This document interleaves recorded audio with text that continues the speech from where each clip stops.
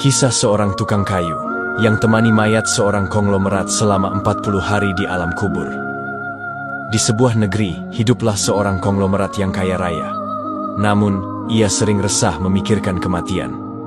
Menjelang ajalnya, ia menulis sebuah wasiat yang sangat aneh. Dalam surat wasiat tersebut ia menuliskan, "Barang siapa yang sanggup menemaniku di dalam kubur selama 40 hari setelah aku meninggal nanti, maka separuh dari harta peninggalanku nanti akan aku berikan kepada orang tersebut." Ia pun menawarkan hal ini terlebih dahulu kepada anak-anaknya. Namun, mereka menjawab, "Tidak mungkin, Ayah. Saat engkau mati, engkau hanyalah jasad tak bernyawa. Kami tidak sanggup menemanimu di kubur." Begitu pula saat ia bertanya kepada adik-adiknya. Semua menolak dengan alasan yang sama. Akhirnya, melalui ajudannya, ia mengumumkan wasiat itu ke seluruh negeri. Namun tak ada seorang pun yang berani. Sampai akhirnya, berita itu sampai ke telinga seorang tukang kayu miskin. Meski hanya memiliki sebuah kapak sebagai harta satu-satunya, tukang kayu itu datang menemui keluarga si konglomerat. Dengan penuh keyakinan ia pun berkata, "Aku bersedia untuk menemani dirinya selama 40 hari di alam kubur." Akhirnya hari yang ditunggu-tunggu pun tiba, pemakaman pun segera dimulai. Jenazah konglomerat dimakamkan dengan kemegahan. Sesuai wasiat, si tukang kayu ikut turun ke dalam kubur bersama jasad tersebut, membawa kapaknya. Setelah semua orang pergi, kubur pun ditutup rapat. Tak lama kemudian, datanglah malaikat Mungkar dan Nakir. Tukang kayu itu ketakutan. Ia mengira kedua malaikat itu akan menginterogasi si konglomerat. Namun ternyata, keduanya justru mendekatinya dan bertanya, "Apa yang kau lakukan di sini?" Si tukang kayu itu menjawab, "Aku menemani mayat ini selama 40 hari untuk mendapatkan setengah hartanya." Lalu kedua malaikat Mungkar dan Nakir kembali bertanya, "Apa saja harta yang engkau punya selama ini?" Si tukang kayu menjawab, "Harta yang aku miliki sekarang ini hanyalah sebuah kapak sebagai alat mencari rezeki untuk menafkahi keluargaku." Sejak saat itu, hari demi hari, malaikat Mungkar Nakir datang kepadanya.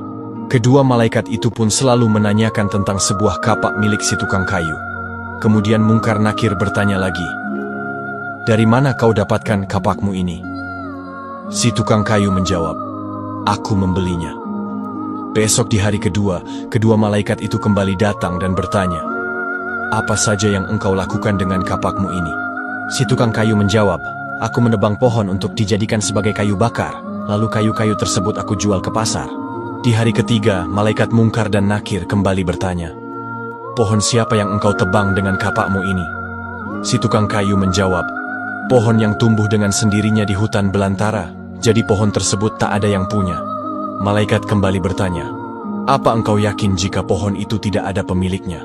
Di hari keempat, malaikat Mungkar dan Nakir kembali mendatangi si tukang kayu tersebut dan bertanya, "Adakah engkau memotong pohon-pohon tersebut dengan kapak ini sesuai ukuran dan beratnya yang sama untuk dijual?"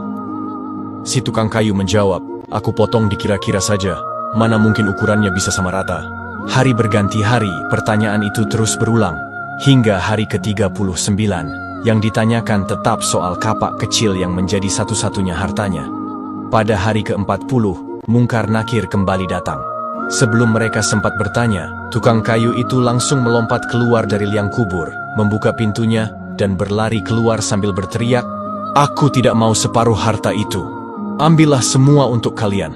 Aku hanya ingin pulang." Sesampainya di rumah, ia menangis dan berkata kepada istrinya, "Wahai istriku, aku sudah tidak ingin harta warisan itu. Satu-satunya hartaku hanyalah kapak kecil ini. Tapi selama 40 hari para malaikat tak henti-hentinya menanyai aku tentangnya.